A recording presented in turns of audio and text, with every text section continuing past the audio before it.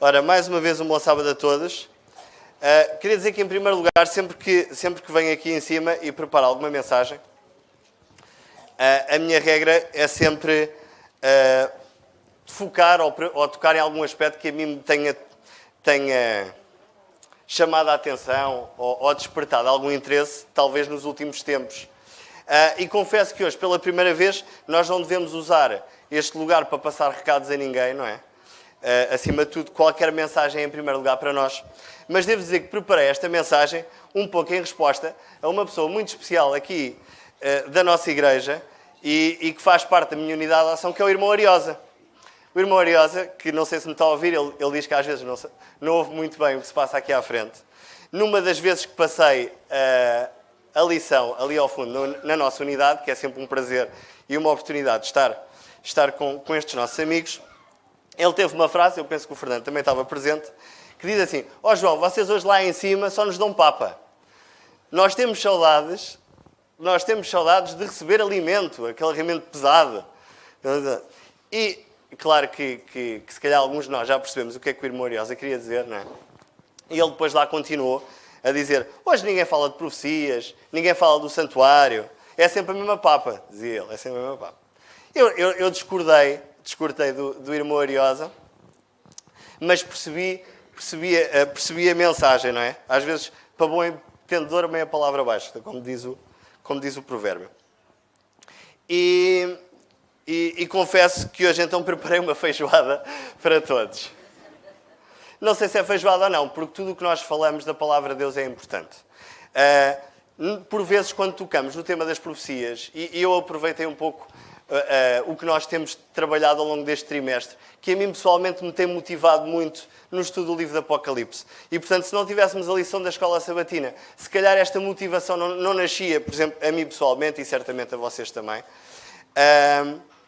Mas acima de tudo, eu penso que quando olhamos para a palavra de Deus, devemos sempre encará-la como um todo e as profecias devem ser estudadas também de uma forma sequencial. E, por vezes, em 30 minutos, ou no tempo que temos aqui em cima, ou condensamos e as coisas ficam muito pela rama, ou então torna-se difícil tocar alguns temas. Mas se torna difícil a mim, o irmão Ariosa, na altura, quando tínhamos este debate, fez-me logo questão de relembrar a nossa querida irmã Maria Augusta, que diz ele que o fazia regularmente aqui de cima. E, portanto, pegando eu aqui no desafio do nosso querido irmão Ariosa, e devo já dizê-lo que não é de certeza um recado para ele, mas acima de tudo que esta mensagem possa ser para todos nós, quando vir-vos a começar em Apocalipse 1.3. Apocalipse 1.3 tem a base de partida para aquilo que gostaria de falar esta manhã com vocês. É o início onde João, quando recebe esta visão, escreveu assim: bem-aventurados aqueles que leem, que ouvem as palavras da profecia e guardam as coisas nela escritas, pois o tempo está próximo. Portanto, se na palavra de Deus seremos bem-aventurados por ler, por ouvir, mas acima de tudo, mais do que ler e ouvir, por guardar, o que é que significa este guardar? O guardar é uma aceitação, tem que ser mais do que uma aceitação intelectual que nós fazemos. O guardar tem que ser um total envolvimento nosso nas Sagradas Escrituras e, neste aspecto particular, nas profecias. E, portanto, se este verso está aqui, é porque, efetivamente, este livro, que muitas vezes algumas pessoas consideram confuso, etc., que obriga, obviamente, a algum estudo, é, sem dúvida, uma grande oportunidade para nós sermos, efetivamente, bem-aventurados. E, portanto, eu vou começar por ler uma profecia que nós não estudamos em pormenor na lição ao longo deste trimestre e, portanto, aproveitei essa profecia também por isso, que é a profecia das duas testemunhas. Encontra-se em Apocalipse, no capítulo 11. Vamos então abrir as Bíblias. Eu vou ler tudo seguido e depois vamos aos poucos detalhar alguns pormenores que esta profecia tem. Portanto, a profecia das duas testemunhas, e não vamos ler tudo, vamos ler do verso 3, capítulo 11 do Apocalipse, verso 3 ao verso 12. Eu vou ler seguido. Diz assim: darei às minhas duas testemunhas que profetizem por 1000, 260 dias vestidas de pano de saco. São estas as duas oliveiras e os dois candeeiros que se acham em pé diante do Senhor da terra. Se alguém pretende causar-lhes dano, sai fogo da sua boca e devora os inimigos. Sim, se alguém pretender causar-lhes dano, certamente deve morrer. Elas têm autoridade para fechar o céu, para que não chova durante os dias em que profetizarem. Têm autoridade também sobre as águas para convertê-las em sangue, bem como para ferir a terra com toda a sorte de flagelos, tantas vezes quantas quiserem. Quando tiverem então concluído o testemunho que devem dar, a besta que surge do abismo pelejará contra elas e as vencerá e matará. E o seu cadáver ficará estirado na praça da grande cidade que espiritualmente se chama Sodoma e Egito, onde também o seu Senhor foi crucificado. Então, muitos dentre os povos, tribos, línguas e nações contemplam os cadáveres das duas testemunhas por três dias e meio e não permitem que esses cadáveres sejam sepultados. Os que habitam sobre a terra se alegram por causa deles, realizarão festas e enviarão presentes uns aos outros, porquanto esses dois profetas atormentaram os que moram sobre a terra. Verso 11, mas depois dos 3 dias e meio, um espírito de vida vindo da parte de Deus neles penetrou e eles se ergueram sobre os pés. E àqueles que os viram sobreveio grande medo. E as duas testemunhas ouviram grande voz vinda do céu, dizendo-lhes, subi para aqui. E subiram ao céu numa nuvem e os seus inimigos as contemplaram. Efetivamente, quando lemos isto seguido, sem um contexto, sem um momento, o Apocalipse pode se tornar algo confuso e algo que nós passamos ao de leve. Mas, obviamente, que, estando nós a falar da profecia destas duas testemunhas, a primeira questão que colocamos é quem é que são estas duas testemunhas? E eu sei que aqui na sala haverá pessoas que saberão de cor e salteado quem são estas duas testemunhas. Aqui na sala haverá pessoas que já ouviram esta profecia e se calhar agora não se lembram quem é que elas são. E aqui na sala também haverá pessoas que nunca ouviram esta profecia. E, portanto, vamos tentar arranjar aqui uma velocidade que dê para nos todos nos situarmos e percebermos o que é que quer dizer esta mesma profecia. Muito bem. Há aqui algumas características que nos são ditas destas duas testemunhas. A primeira encontra-se no verso 4, não é? O que é que nos diz o verso 4? Diz-nos que são estas duas oliveiras e dois candeeiros, verdade? E estas duas oliveiras e estes dois candeeiros têm também uma referência e uma presença no Velho Testamento. Vamos abrir, podem deixar aí fixado a vossa mão em Apocalipse 11, mas vamos ajudar a perceber o papel destas oliveiras e, acima de tudo, o papel destas oliveiras neste candeeiro. Vamos até Zacarias.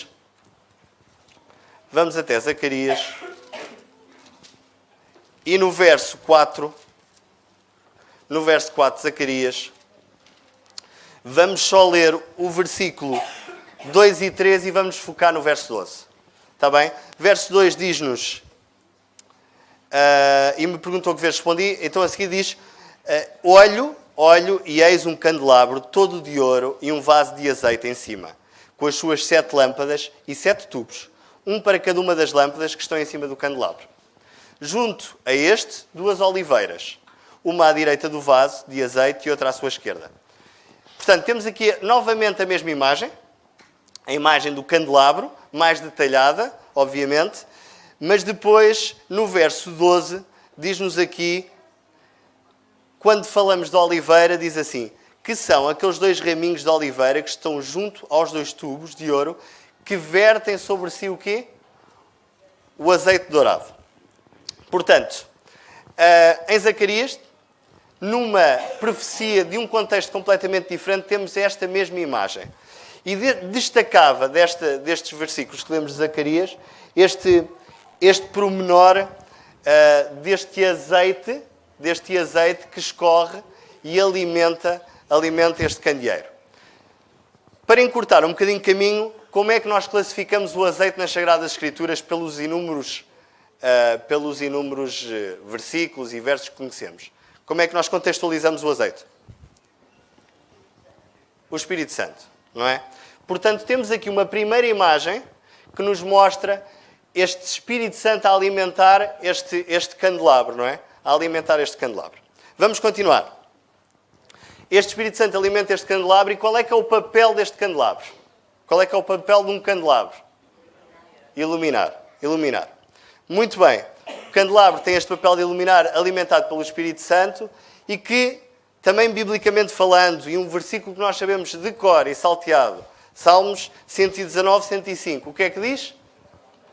Lâmpada para os meus pés é a tua palavra e luz para o meu caminho.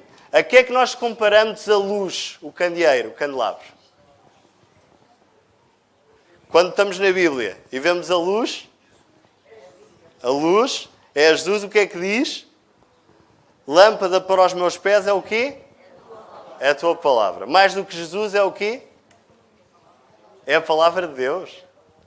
Vamos ler o que é que nos diz também João 8,12. Eu sou a luz do mundo, não é? Quem andar em mim, quem me segue não andará em trevas. Lâmpada para os meus pés é a tua palavra. Portanto, temos aqui este papel do azeite do Espírito Santo. Temos um candeeiro que nós entendemos como sendo, aparentemente até agora, a palavra de Deus. E, portanto, temos aqui uma primeira luz do que é que pode ser. Desculpem que eu já saltei aqui. Portanto, tínhamos aqui o verso de Zacarias e o Salmo 119, 5. Portanto, lâmpada para os meus pés é a tua palavra. Muito bem. Temos aqui uma primeira luz do que é que podem ser estas duas testemunhas.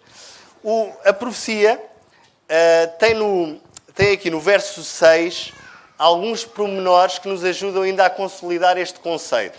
Ok? O que é que nos diz este verso 6? Diz que estas duas testemunhas, e portanto, se começarmos a fazer este raciocínio, se as duas testemunhas forem efetivamente a palavra de Deus, elas têm autoridade. Têm ou não têm autoridade a palavra de Deus? Têm autoridade. Quem é que tem tentado desacreditar essa autoridade? Satanás. E sobre isso vamos falar mais à frente. Mas, efetivamente, estas testemunhas têm autoridade. E segundo o verso 6, esta autoridade aqui é exercida de duas formas que encontramos aqui. Diz, tem autoridade para fechar o céu, para que não chova, durante os dias em que profetizarem. E depois diz também, tem autoridade sobre as águas para convertê-las em sangue, como para ferir a terra, com toda a sorte de flagelos. Que dois momentos da história bíblica estão aqui retratados neste verso. Que dois momentos estão aqui retratados? Muito bem, portanto, uma praga do Egito. Como é que nós vemos isso? Vemos aqui a conversão da água em sangue, não é? A conversão da água em sangue e os flagelos. Portanto, temos aqui um momento que estamos a relacionar com pragas do Egito e temos um momento anterior que nos diz a autoridade para fechar o céu para que não chova. Que momento foi este? Lembram-se? Elias. Portanto, temos aqui duas personagens muito próprias. Quem são? Moisés e Elias. No Velho Testamento só encontramos um verso que no mesmo contexto junta estas duas personagens. Vamos ver. Malaquias 4, 4 a 6. Vejam lá o que é que diz Malaquias 4, 4 a 6. Malaquias 4, 4 a 6. Quando eu falo rápido, parece outro número. Portanto, Malaquias, o último livro que nós temos aqui do Velho Testamento, no capítulo 4, do verso 4 a 6, diz assim: lembrai-vos da lei de Moisés, meu servo, a qual lhe prescrevi em Horebe para todo o Israel, a saber, estatutos e juízos. E depois a seguir diz, eis que eu vos enviarei o profeta Elias, antes que venha o grande e terrível dia do Senhor. Só que um parênteses, esta profecia, quem iria vir não era Elias, o que nós conhecemos do Velho Testamento, mas quem é que era? João Batista, uma referência a João Batista. Vamos fechar o parênteses, não interessa aqui para o tema, mas acima de tudo, nestes dois versos, temos aqui dois momentos muito próprios da história de dois povos diferentes. Quando dizemos lembrar, estamos a falar de Moisés, portanto estamos a falar do povo quê? De Israel, não é? Os judeus. E depois, quando olhamos para a frente, quando diz enviar o profeta Elias, portanto estamos a falar num período futuro, estamos a falar do cristianismo, não é? Do povo cristão. Se pudermos compilar tudo o que lemos até agora, podemos concluir que esta autoridade sobre as águas de Moisés, que nos fazem lembrar um passado, estamos a falar do Velho Testamento, e esta autoridade para fechar o céu, que nos lembra Elias, quando nos diz, vos enviará o profeta, faz-nos referir o Novo Testamento. Ok? E aqui, se a testemunha é a palavra de Deus, estas duas testemunhas podemos caracterizá-las como sendo o Velho e o Novo Testamento. Sem dúvida que para muitos este momento foi um momento de pouco mais do que sabiam, mas é importante nós sempre recordarmos os conceitos e o que a palavra de Deus nos diz. Depois deste enquadramento, de nós entendermos quem são estas duas testemunhas, a profecia começa por nos dizer, logo no verso 3, que durante 1260 dias, verdade, estas testemunhas estavam vestidas como? De saco. Que símbolo é este de saco? Temos em 2 de Samuel 3,31, para quem quiser tornar a nota ou ver depois na internet pode ler o verso, mas este vestido de saco era um sinal de quê? De tristeza, de luto. De luto, não é? De luto e de tristeza. Portanto, estas duas testemunhas, que nós classificamos como sendo a palavra de Deus, vão ter durante um período de 1260 dias, que de uma forma profética nós sabemos que refletem o que é 1260 dias? 1260 anos. Porquê é que um dia em profecia é um ano? Porquê? Porque está escrito, exatamente. Está escrito. Onde é que está escrito? Muito bem, Inês. Em Números 14:34 ou Ezequiel 4:6. Está bem? Quem quiser depois ver, é claro quando diz que um dia equivale a um ano. E, portanto, temos aqui um período que nos diz que esta palavra de Deus, durante 1260 anos, estará de luto. Está lá tudo. Portanto, viver-se-á aqui um período de trevas, viver-se-á aqui um período... O luto tem sempre associado sofrimento, tem sempre associado tristeza. Muito bem. Que período da história temos nós que durou 1260 anos e que nos levam a tentar encontrar a encaixar este relato profético na história da nossa humanidade? Vamos, antes de vos dizer propriamente as datas específicas, trazer aqui alguns momentos que antecedem este período profético. E o primeiro momento mais marcante acontece no ano 312 depois de Cristo, quando o imperador Constantino faz uma mudança radical naquilo que era a perseguição à Igreja Cristã. Porquê? Porque ele converte-se. E a sua conversão do Império, neste caso do Império Romano, ele era o imperador ao cristianismo, mudou radicalmente uma série de coisas. Nomeadamente a forma como era instituído o culto. E não nos podemos esquecer que foi o imperador Constantino, por exemplo, que começou por impor a guarda do dia do sol, a guarda do domingo, como dia de descanso e culto para todo o Império. Ok?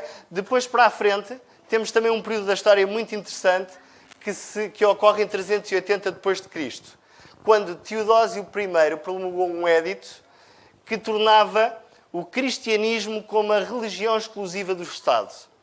E qualquer pessoa que seguisse outra forma de culto seria punida pelo Estado. Temos aqui, muito interessante, a inversão cada vez completa da história, não é? O cristianismo que era perseguido começou a perseguir aos poucos. Depois, andando mais à frente, penso que não tenho aqui nenhum slide sobre isso, mas temos outro período marcante. O ano 410, há uma invasão em Itália dos povos bárbaros, e, portanto, Roma é ocupada por estes povos bárbaros. E em 493 temos outra vez um período muito importante da história, quando este senhor Clovis, que era o rei dos francos, casou com Clotilde, a princesa católica de Borgonha. E aqui há um casamento que traz uma força bélica para a Igreja, não é? Este rei dos francos trouxe não só também alguma riqueza, mas acima de tudo algum poderio bélico. E começou aqui um processo em que Clovis declara guerras aos tais povos bárbaros, desde 507. E podemos dizer que todo este período histórico vai terminar no ano de 538. Ok? E em 500, o que é que ocorre de especial no ano de 538? É finalmente no ano 538 que os ostrogodos abandonam a ocupação de Roma. E, portanto, é neste ano que a cidade de Roma efetivamente fica livre do domínio do reino ariano, e é também neste ano que se realiza o Sínodo de Orleans. Tudo isto que eu estou a dizer é histórico, portanto não estou aqui a inventar nada, ok? Mas realiza-se o Sínodo de Orleans. E o Sínodo de Orleans era um encontro de bispos onde foi declarada a intenção de restabelecer as antigas leis da Igreja e de aprovar essas leis. E a partir daqui iniciamos um período da história que nós conhecemos muito bem. Tivemos a oportunidade, por exemplo, no ano passado, recordar a parte final deste período quando estudámos os reformadores. Mas é um período onde vão surgir novas doutrinas. Doutrinas que ainda hoje são usadas. Doutrina do purgatório, adoração de santos, indulgências, peregrinações, atos de penitência. E durante estes anos, o que é que aconteceu à palavra de Deus? Estava como? Como é que diz a profecia? Estava de luto. Não é? Estava aprendizado. Recordam-se o que é que acontecia nesta altura? A Bíblia era acessível a alguém? Poucos. A Bíblia era muito pouco acessível. Diz-nos os relatos que a Bíblia encontravam-se nos mosteiros e algumas bibliotecas, mas que era proibida a sua utilização. Okay? A Bíblia não estava traduzida também e, portanto, só pessoas mais eruditas é que tinham esta capacidade. Mas ao longo desta história, ao longo destes anos, e apesar destas duas testemunhas se encontrarem vestidas deste pano de saco, a Bíblia nunca, e a palavra de Deus nunca foi completamente destruída, pela graça de Deus. Voltando a Apocalipse 11, e contextualizando este período histórico que vai de 538, se somarmos 1260 anos, a 1798, podemos perguntar o que é que aconteceu de especial no ano de 1798. E foi neste ano que este senhor, Louis Alexandre Berthier, marchou até Roma e mudou radicalmente o que se passava até à altura, porque exigiu que o Papa, que era o imperador, no fundo, que todos adoravam, que o Papa renunciasse aos seus poderes. Na altura, Pio VI foi capturado, aprisionado em França e acabou por ser exilado. Portanto, este período, no ano de 1798, marca o fim de um período de perseguição da Igreja para uma mudança radical de comportamento. Mas a nossa profecia fala-nos aqui, algures, de 3 dias e meio, recordam-se? E era isso que eu queria ver com vocês. Esta profecia fala-nos no verso 7 de uma besta que surge do abismo. Recordam-se em Apocalipse 13 que nos fala também de dois tipos de duas bestas. Uma que vem do mar, se não nos lembrarmos disso que estudámos há, 2, 3 semanas, e a outra que vem da terra, não é? Aqui fala-nos de uma besta. O que é uma besta em profecia? Uma besta é um poder, não é? Um poder. Mas diz-nos que este poder surge de um abismo. E podemos contextualizar que este abismo pode ser caracterizado como uma doutrina sem qualquer fundamento, sem qualquer base. Vem de algo que não é palpável. Muito bem. Temos uma besta que surge do abismo, correto? E depois, a seguir, diz-nos que pelejará contra elas. Contra quem? Contra as testemunhas. As vencerá e matará. O cadáver fica estirado na praça da grande cidade, que espiritualmente se chama Sodoma e Egito. Aqui não estamos a falar efetivamente da cidade de Sodoma, nem do Egito, mas estamos a falar de que tipo de cultura. O que é que Sodoma, nas profecias, representa? O que é que nos fazem lembrar? Sodoma era o símbolo de quê? Da degradação, não é? Sodoma era um símbolo completo de degradação que acabou por ser destruído.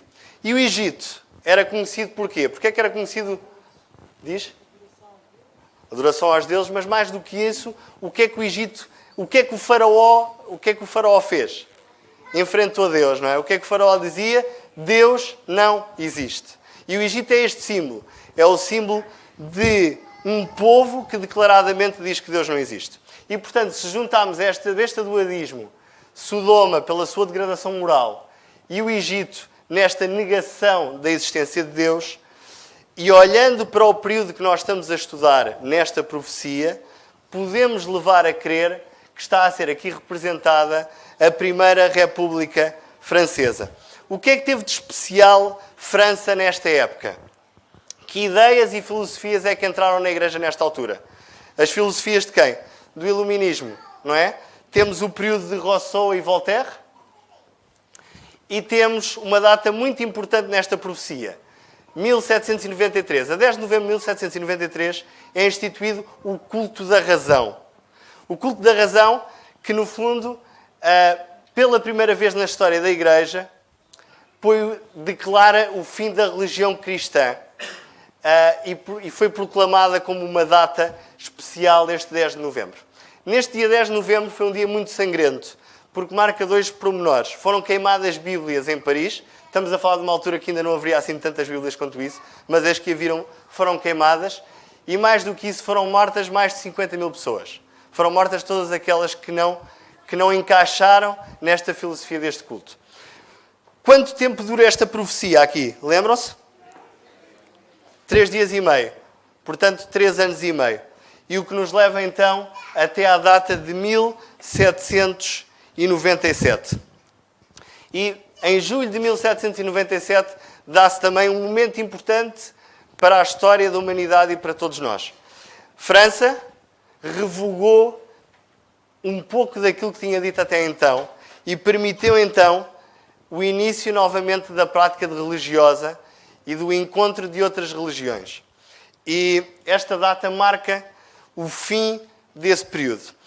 Olhando para a história e vendo o que é que nos diz Apocalipse 11, não é? Diz-nos que esta besta que surgia do abismo pelejaria contra as testemunhas e o seu cadáver iria ficar estirpado na praça da grande cidade, como nós acabámos de ler. Por 3 dias e meio, no verso 9, portanto 3 anos e meio, e depois no final do verso 9 diz que esses cadáveres sejam sepultados. Mas estes cadáveres, pela graça de Deus, não morreram. Estes cadáveres, é um contrassenso dizer que um cadáver não morreu, mas efetivamente não morreram. E porquê é que não morreram? Porque vamos ao verso 12 e percebemos uma coisa. No verso 12 diz-nos que estas duas testemunhas ouviram uma grande voz vinda do céu, dizendo-lhes, subi para aqui. E subiram ao céu numa nuvem, e os seus inimigos as contemplaram. Aqueles que tinham perseguido a palavra de Deus, aqueles que fizeram questão de a destruir, acabaram por contemplar. Este subir para o céu é mais uma forma de nos recordar que após 1797, 1797, começou a surgir o que nós hoje chamamos as sociedades bíblicas. A primeira sociedade bíblica ocorre em 1804, a Sociedade Bíblica Britânica, e em 1814 a Sociedade Bíblica Americana. Mudou aqui completamente o curso da história. Aquilo que antes era impossível e que não estava acessível a ninguém, hoje começou a ser acessível a todos nós. Hoje a Bíblia já foi traduzida, acreditem, por elas sociedades bíblicas para 2.454 línguas e dialetos. Amém. E, acima de tudo, nesta manhã, e os próximos minutos que me restam, não queria ficar só em Apocalipse 11. É muito bom nós podermos estudar o livro de Apocalipse, contextualizado nos períodos da história, perceber como as coisas batem certo, perceber como, apesar da forma como foi escrito, a história de Deus seguiu o seu rumo, mas, acima de tudo, o que eu hoje gostaria de reforçar foi uma frase que eu há pouco já vos tinha dito. Desde sempre, Satanás tem tentado destruir esta palavra. Reparem que desde a rebelião que houve no céu com os anjos, o que é que Satanás foi ter com Deus e disse? A tua palavra não é verdade. A tua palavra, aquilo que tu dizes, não é verdade. Logo, se não é verdade, eu não te vou adorar. E com essa rebelião, Satanás vem para a terra. E qual é o primeiro relato que nós vemos da presença de Satanás na terra? É no Éden, junto a Eva. E no fundo, o que é que Satanás está a dizer a Eva? A palavra de Deus é quê? É mentira. Deus disse, Deus disse para tu não comeres. Olha, eu a comer todo contente e não me acontece nada. A palavra de Deus não é verdade. E se tu comeres, não vais precisar de o adorar, ainda vais ser como Ele. Vais ser como Ele. Obviamente que nós culpamos sempre o Adão e a Eva como se nós fôssemos santos. Não é? Como se nós também diariamente não tivéssemos a comer as nossas maçãs. Desde sempre, a palavra de Deus e a adoração de Deus têm sido um fator-chave de Satanás para nos destruir e para nos enganar. E é tão interessante nós vemos como a história mudou. Acabámos de ler uma profecia onde foi perseguida a palavra de Deus, onde o seu cadáver chegou a estar estirpado numa praça. Não é? E hoje nós vivemos um período completamente inverso, verdade? Será que Satanás desistiu de perseguir a palavra de Deus? Não desistiu. Pelo contrário, hoje nós temos palavras de Deus às paletes. Eu ontem, quando preparava a mensagem, dei por mim a contar quantas Bíblias eu tinha no meu escritório. E consegui encontrar só no meu escritório 8 Bíblias. 8 Bíblias. Nós hoje temos Bíblias, sem falar das que estão instaladas nos dispositivos eletrónicos. Portanto, nós hoje temos Bíblias que nunca mais acabam. Hoje temos abundância de palavra de Deus. É verdade, existem países onde ainda não é permitido ler a Bíblia. Não é? Temos a Coreia do Norte, temos o Afeganistão, temos alguns países, mas muito poucos. Se olharmos para o globo, nós vivemos um período que o diabo tem trabalhado em nós de forma diferente. Tem trabalhado através do que eu considero o secularismo, a nossa acomodação. Hoje nós temos a palavra de Deus, o diabo está contente porque nós temos 9 Bíblias no escritório. Sabem porquê? Porque nós não a abrimos. Esse é o problema. Nós estamos carregados de Bíblias, mas não abrimos a palavra de Deus.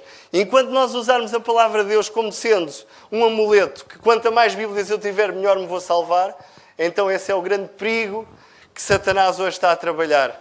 Não é da profecia que nós vimos. Hoje Satanás tem trabalhado de uma forma diferente. Hoje Satanás diz-nos, não percas tempo a estudar a Bíblia. Isso era a história do povo de Israel. A Bíblia está completamente fora de moda, não é? Está completamente fora de moda. Só fala de coisas que hoje parecem cada vez mais estranhas. E vocês lembram-se que também em Apocalipse existe uma carta específica para uma igreja num período específico. Para a igreja que nós vivemos nos dias de hoje. Que igreja era essa? A igreja de Laodiceia. Laodiceia está na altura quando foi escrita esta carta para Laodiceia, e ainda está hoje, apesar de Laodiceia já não existir, são ruínas, não é? Mas está localizada no sudoeste da Turquia, estimava-se que viviam em Laodiceia na altura cerca de 150 mil pessoas. Que pormenores específicos nós temos da igreja de Laodiceia? Podemos ir até Apocalipse, capítulo 3, para acompanhar um pouco o que vou dizer. Como não temos muito tempo, vou saltar aqui alguns versos, vou resumir o que tenho para vos dizer. Mas era importante, depois disto que falámos, depois de uma profecia que já leva com muitos anos, falarmos do que é que se passa hoje na igreja que nós vivemos. E diz-nos que Laodiceia era uma cidade rica, era uma cidade de abundância. Há alguns pormenores que provam esta salutar riqueza de Laodiceia estão, por exemplo, no relato do ano 61, onde houve um grande terremoto e Roma ofereceu-se para ir ajudar na reconstrução da cidade. E sabem o que é que esta cidade disse? Não precisamos cá de ajuda. Nós somos autossuficientes. Nós temos dinheiro para reconstruir a nossa cidade. Era uma cidade rica. E era uma cidade rica porquê? Essencialmente por 3 aspectos que estão muito bem explicados nesta carta. O primeiro aspecto, o aspecto financeiro. Portanto, estamos a falar de uma cidade que podemos classificar um bocadinho como hoje sendo um banco central europeu. Portanto, uma cidade com riqueza e com moeda. Depois, era também conhecida por outro aspecto muito interessante, que era a sua indústria de lã de ovelha. E vá lá, olhando para os dias de hoje, podemos dizer que Laodiceia era uma espécie de cidade da moda. E outro terceiro aspecto, era também uma cidade que desenvolvia investigação na área da medicina. E nós vemos isso mesmo retratado, estas 3 características desta cidade, em Apocalipse 3. Eu saltei aqui um verso que devia ter dito antes de vos falar propriamente destes 3 pormenores, que foi quando Paulo fala à igreja de Laodiceia. E Paulo tem uma expressão que eu gostava só de recordar com vocês, está em Colossenses. Deixem a vossa mão a guardar o capítulo 3 de Apocalipse e vamos só a Colossenses, porque há aqui uma palavrinha que eu vos gostaria de ler. E quando Paulo está a escrever, diz assim, diz assim, vocês estavam a saber onde, não é? No capítulo 2 de Colossenses, do verso 1 ao 3. Diz assim, gostaria, pois, que soubessem quão grande luta venho mantendo por vós, pelos laodicenses, e por quantos não me viram face a face. Portanto, Paulo sabia que havia pessoas que não tinham visto face a face e gostavam de ter este encontro com ele. Mas ele diz assim, para que o coração deles seja confortado e vinculado juntamente em amor, e eles tenham toda a riqueza da forte convicção do entendimento para compreenderem plenamente o mistério de Deus Cristo. Não é à toa esta palavra, eu não sou especialista nenhum na origem das palavras bíblicas, mas esta palavra de riqueza e de entendimento que Paulo fala aqui para a Laodiceia não é obra do acaso. Ele sabia que estava a falar para alguém rico, mas rico não em entendimento, não em conhecimento bíblico, rico em outras coisas. Vamos voltar até Apocalipse. E, portanto, podemos dizer que Paulo estava a falar para uma igreja que estava longe da sua verdadeira riqueza. E sabemos que esta cidade era alimentada também por uma água que saía quente de uma outra cidade a 10 km, de Hierápolis, e chegava a Laodiceia morna, não é? E daí aquela expressão que nós temos logo do verso 15 do capítulo 3 do Apocalipse, onde diz, conheço as tuas obras, que nem és frio nem quente. A água chegava morna à cidade de Laodiceia. Biblicamente, o que é que esta igreja atravessava? Era uma igreja que não era gelada, portanto não tinha rejeitado completamente a palavra de Deus, mas também era uma igreja que não fervia esta palavra. Quero só fazer aqui um parênteses. Nós normalmente estamos sempre um bocado a criticar aqui um bocado a igreja de Laodiceia, que eram mornos, a igreja de Laodiceia. Mas é que não há uma 8ª igreja. As cartas terminam aqui. Portanto, esta igreja morna, é a igreja do nosso período de vida. Agora, não diz aqui para nós deixarmos esta igreja de Laodiceia, mas diz aqui, efetivamente, para nós a aquecermos, para deixarmos de ser mornos. E no verso 17, temos então aqui 2 versículos que eu pretendia só focar de Laodiceia. Estou rico e abastado e não preciso de coisa alguma. E nem sabes que tu és infeliz, sim miserável, pobre, cego e nu. Aconselho-te de mim, compres ouro refinado pelo fogo para te enriqueceres. O que é que Laodiceia diz? Laodiceia diz, eu sou rica, eu sou autossustentável, eu sou uma capital financeira poderosa. E o que é que Jesus diz? Tu és o quê? Tu és pobre. Tu és pobre. Tu estás cega e tu estás nua. Mas neste caso tu és pobre. O que é que Laodiceia diz? Nós, nesta cidade, produzimos as melhores lãs. Nesta capital da moda, nós produzimos as melhores lãs. E o que é que Jesus diz? Como é que tu estás? Tu nem sequer estás vestida. Tu estás nua. E depois ainda trazemos no terceiro aspecto. Nós, em Laodiceia, produzimos a melhor pomada para a visão do ser humano. E o que é que Jesus diz? Tu estás cega. Tu estás pobre, tu estás cega e tu estás nua. E agora temos o conselho de Jesus para mim e para cada um de nós. Verso 18, não é? Aconselho-te que de mim compres o ouro. É a mim que tens que buscar a riqueza. Aconselho-te que de mim compres ouro refinado pelo fogo para te enriqueceres. Vestiduras brancas para te vestires. Não é a tua indústria, não é o teu poder, não é a tua capacidade, mas deixa-me que seja eu a vestir-te, para que não seja manifesta a tua nudez. E peço-te que seja a mim que venhas comprar o teu colírio, para que efetivamente os teus olhos possam ver a verdade. Jesus convida-nos a estudar de uma forma viva, quente e fervorosa a sua palavra. 1 de Pedro, para depois lerem, porque já vamos muito adiantados. 1 de Pedro 1,23 fala-nos de um regenerar, sendo de novo generados pela palavra de Deus.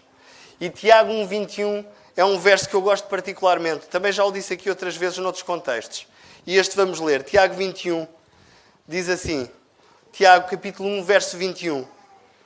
Diz: portanto, despojando-vos de toda a impureza e acúmulo de maldade, acolhei com mansidão a palavra em vós implantada, a qual é poderosa para salvar a vossa alma. Existem outras versões que dizem... Alguém tem outra palavra em vez de implantada? Nem sequer chegaram ao versículo, fui demasiado rápido. Enxertada. Pessoalmente gosto mais dessa expressão, de enxertarmos a nossa vida com a palavra de Deus. Porque quando o fazemos, a nossa vida será transformada. Nós não podemos ficar satisfeitos só com emoções e sentimentos.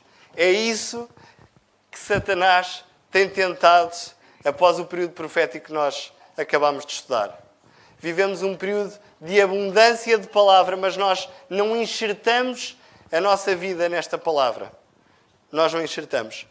Eu vou convidar a Ana para vir aqui acima, que tem um momento musical preparado, e depois vou terminar a mensagem.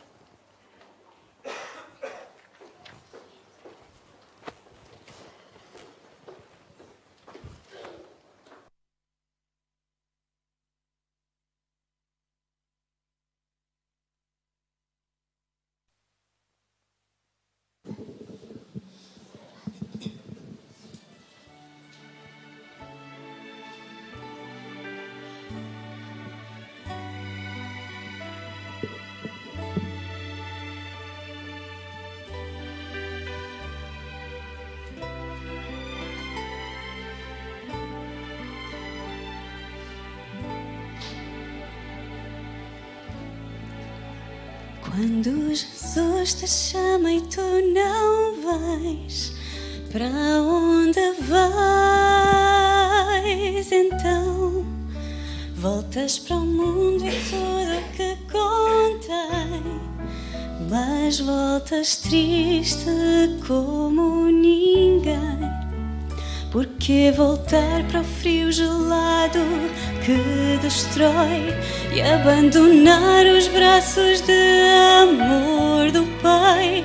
Porque insistir no que te faz tão mal, no que te rouba a paz?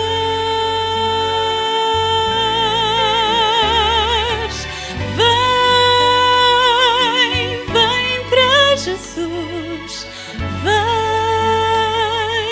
vem para Jesus. Agora é o momento, não podes deixar para depois.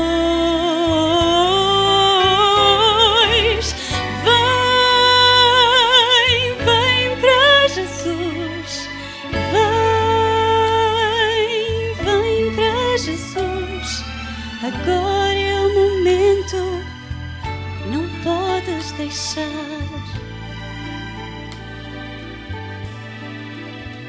para depois.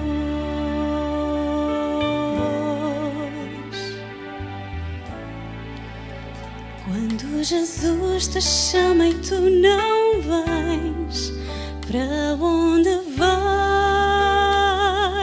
então?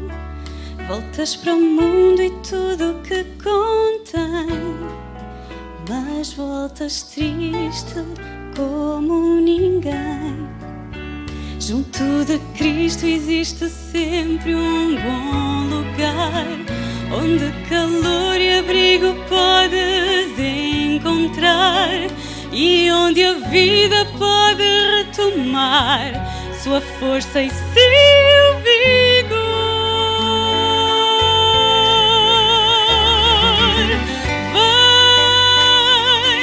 Vem para Jesus,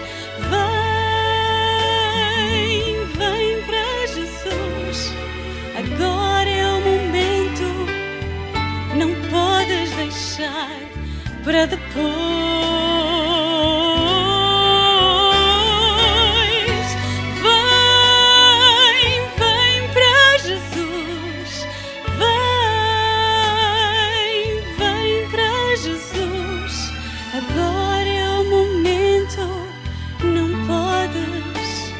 Deixar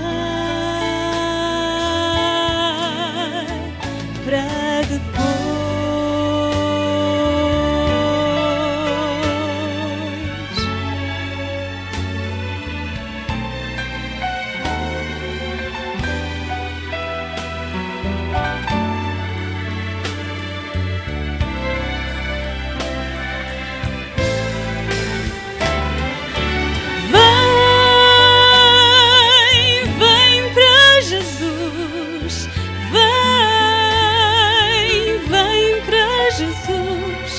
Agora é o momento, não podes deixar.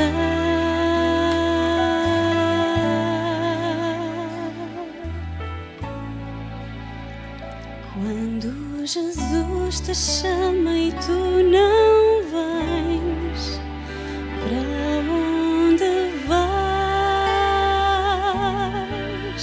Então